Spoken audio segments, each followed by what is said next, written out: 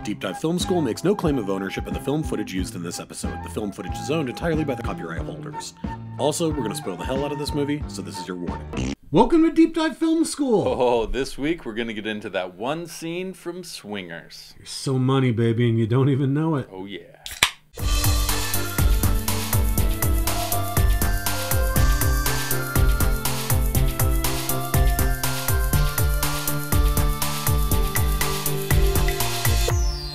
Alright everybody, I am Adam Sherlock. And I'm Adam Poulter. And if you like what you see/hear, please like and subscribe. You can find us in all the spaces and places that people find good media. That's right. Yeah, they really do. We do festivals, we do punishment reviews. We just did one last week. We also do this every other week. We do that one scene where we do a deep dive into one particular scene from a movie. Sometimes that is a funny scene, sometimes it's a scary scene, sometimes it's a dramatic scene, yeah. An uber violent scene, and this week it's a fun scene from a film. Painful, but fun. fun. Oh God, it's so painful. I mean, it's not. There's something about Mary when we did that. No, it's not. It's a different kind of painful. Yeah, but still funny. It's more of a metaphoric version of zipping up your nuts. Oh, that's a great way to describe the scene. Why don't you take us through what we've decided to do this week? Yeah, so we're doing the answering machine scene from Swingers. From Swingers. And for those who don't know Swingers, I mean, I assume if you clicked on this, you have some idea. Classic kind of 90s indie film. Miramax, right? And you think about where Jon Favreau is now, where he's like the Marvel king. Isn't it crazy? And everything like that. And he wrote this. He wrote this, directed by Doug Liman, who did like Go and a couple other things. Very 90s again. Yeah, again, 90s director.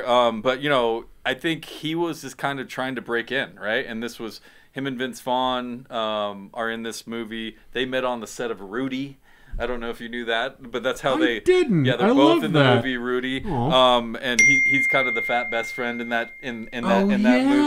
And Vince Vaughn is I think he's one of the football players. I don't know, something like that.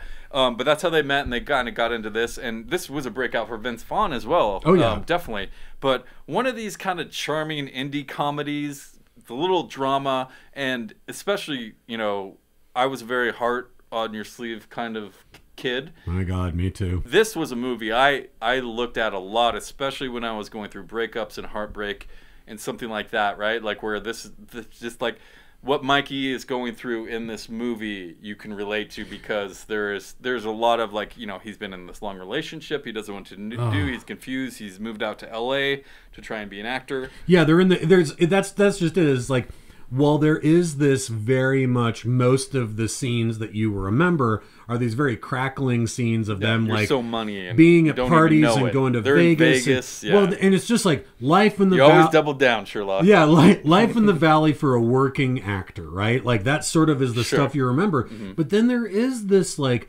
melancholic heartbreak that the movie is couched within, where Mikey's character is like trying to break into the scene. Yeah, right? and I love his buddy who is kind of on the outside, played by Ron Livingston. Yep. From Office Space. Yep. But there's that moment that and this is obviously not the scene, but where they're talking and he's like, "Yeah, one day you just realize that you didn't think about her all day, and and then it's great. 2 days, and he's like, but how does it happen?" And he's like, "You just know when you know, man." And it's like, it's very zen. He's kind of get out of it, but he's trying to break into the dating scene. But so much has changed since the last time, right? Mm-hmm. The new set of girls at different ages and different expectations, and the rules. You can't call him for 2 days because then you got fucking money, and he doesn't even know it. Right? Know it. and this scene is the culmination of over analyzation and concentrating on that heartbreak, where he essentially has the beginning and ending of a relationship with this answering machine. Yeah, totally. and the scene before is really like he's finally got this really cute girl's number at the bar. And he just he nails it. Yeah. He nails it in this way. And even when he doesn't nail it, he goes back and tries to nail it, because he's got his boys there and they're talking him up, and there's the whole conversation of how long do you take to call her. That could be a scene on its own. Well, and I think like 1 day, 2 days, like, hey, he's like, ha ha, Mike, but if you call too soon, you might scare off a beautiful baby that's ready to party. You know, that's been fun. Well, and it reminds me of, or retroactively, I'm thinking of something like 40-Year-Old Virgin. Mm-hmm. There's so much of that same thing of like bad advice that other Terrible single men advice. are giving you, right? Like I definitely wrote down bad advice in my notes. Yeah, none of them are in relationships, and in fact, like, you know, we'd only see Vince Vaughn like maybe hook up with like one or two other girls over the course of the entire movie. We've had friends like this, right? You know, like, well, I mean, God, and we it's part of being young, dumb, and full of cum. Right? Well, and Jesus. Yes, thank you for putting such a fine point on it. But yes, and I just think it's like that sad bastard position of being like, especially if you've been intimately connected to another person for a while, now you're not, and so your oversharing mechanism is just haywire. And that's what we see in this scene, and I love the way that it's shot. I love that the camera, which through a lot of this movie, the camera work is very kinetic and moving around a lot, and the camera is like usually kind of spinning around the bar to see who's there. The camera is moving from one side of a party to another, and here it's stationary. It's sitting on this one single sad ass bulb above him. He's back. He's just in his undershirt. We get kind of the silhouette shot when he comes in. And he kind of looks cool because he just got a number. Yeah. He's got like a Frank Sinatra kind of vibe to him for a second. They're swingers. They got the chains. Oh, and the high-waisted pants. Yeah, and the tank tops and all that stuff. And this scene, you know, I mean, this scene is all about Favreau. I mean, it's 100% his performance and also his writing. Yes, completely. So that clearly stands out here. It's an amazing and awkward situation of a guy just kind of slowly melting down, and he sits on the couch for a minute. And he's like, I'm not gonna think about the number in my pocket, right? That's I know I got a number in there, but I'm just not gonna do it. Do I wait 2 days? So, you know, how many days should I wait? And you know, he gets into that into his calls and stuff like that. Well, that panic that winds up of like, in the morning, how do I know? How do I know when I? And then he's just like, fuck it. It's 2:30 in the morning. He's like, hey, I'm just gonna call her and whatever. And then you hear, hi, this is Nikki, leave a message. And after knowing what this scene is about and hearing that over and over is so painful because, you know, it's getting worse every time you hear it. But her voice is the same every single time. Leave a message.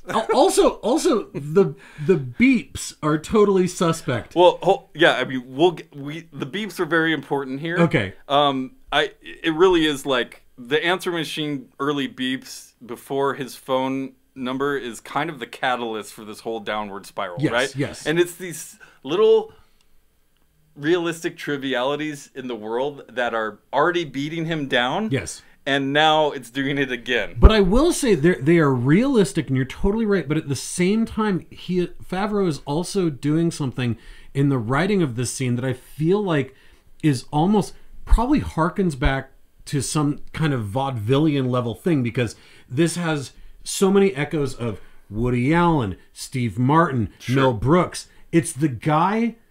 It's been utilized so many times. It's the guy who's verbose and talks too long, and then is given multiple chances to fix, and then starts off by apologizing, then over explaining, right? And like you're like, no, edit yourself. It's like, okay, this time for real, I'm gonna get it.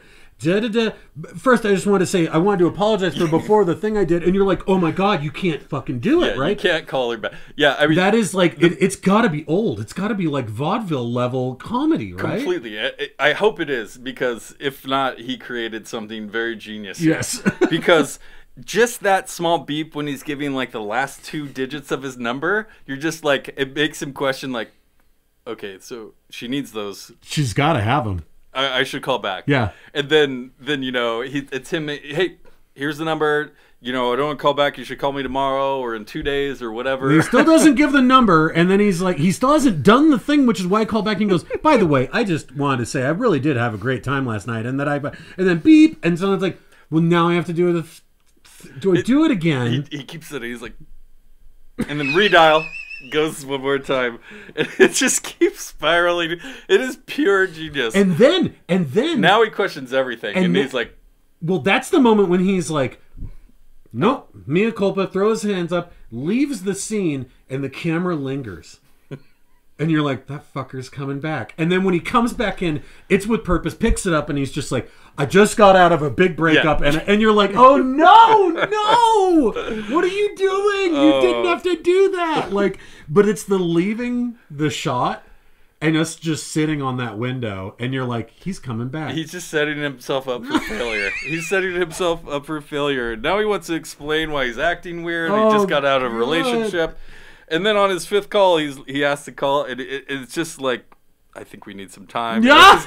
Like he's already breaking up with this girl who he just like he's butchering. It's not you, it's me. The one number he got after months of trying, right? And then that's when she picks up, and he's like, "Oh!" And he goes, "Oh, you're home. Have you been home the whole time? Have you been? Did you just walk in, or have you been listening the whole time?" Okay. That is never call back. That is a man sinking when he's like, wow. Oh, like it is so like, and it's funny because the rest of the movie is very, very good. There's tons of very, very funny. It's me. There's tons of very funny moments, but this scene in particular just stands alone as this masterful little moment that, again, like, I realize Woody Allen's problematic now, and but the man has made some really fantastic timeless comedies that have these kind of moments in them, right? Like, I'm thinking of an Annie Hall, where it's like, even if you forget the plot of Annie Hall, there'll be one little set piece that's 2 or 3 minutes long that you're like, fuck, that's genius. And I know what that feels like. And this is one of those where it's just like, yeah, the rest of the movie, very, very funny, but you could kind of take it or leave it. But there are these moments in the movie like this that you're like, that is just classic. It's just a classic scene. It really is. And, you know, out of all the scenes of Swingers, it's probably one I wouldn't maybe have chosen, but oh my God, I'm so glad we did. It's just so cringe-inducing and also so relatable. We're like, maybe I haven't... Especially if you're going through heartbreak. Maybe I haven't crashed and burned that bad. Yeah. But almost. Pretty damn close. You can feel, like, you could feel him crashing and feel for him in this, right? And it's just...